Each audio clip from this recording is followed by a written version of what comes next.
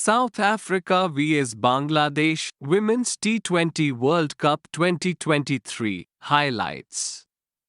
South Africa have entered the semi-finals.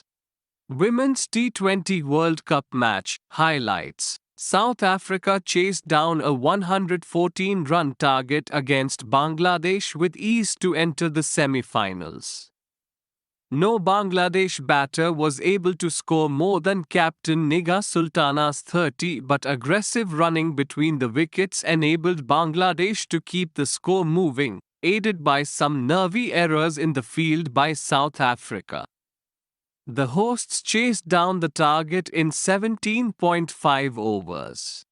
South Africa's path to the semi-finals was scrappy to the last, but they'll take it. Losing the first match of the Women's T20 World Cup to Sri Lanka put the hosts on a slippery slope from which they had to claw their way back. On a cool Tuesday night, returning to Newlands for the first time since that defeat, they restricted Bangladesh to 113 for 6 despite a nervy performance in the field and then reached their target with 13 balls to spare. Unbeaten half-centuries from Laura Woolward and Tasman Brits sealed the result in South Africa's fourth highest opening stand in women's T20s.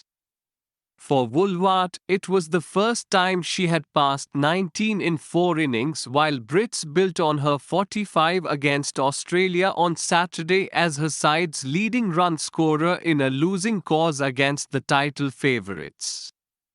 Marizanne Kapp and Ayabonga Khaka claimed 2 wickets each to contain Bangladesh, upon whom New Zealand were relying to win, in order to progress to the knockout stage themselves at South Africa's expense.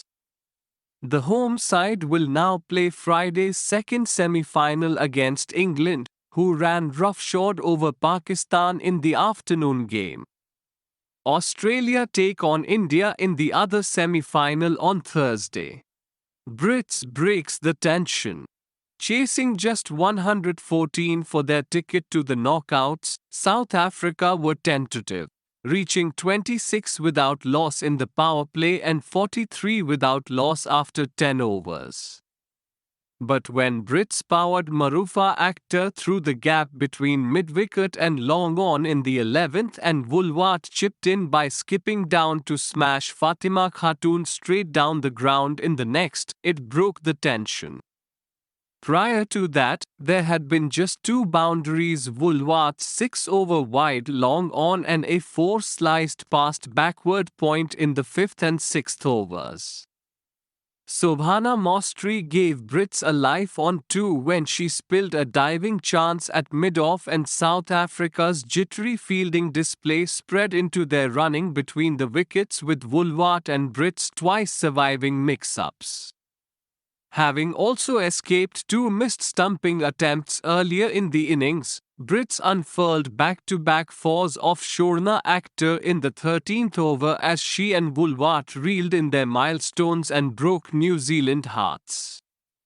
Bangladesh never really got going, stuttering to 23 for 2 at the end of the power play and managing just 41 for 2 at the halfway mark of their innings. They found the boundary only 7 times in their innings, all 4s, with Nigar Sultana, their captain, top scoring on 30 from 34 balls.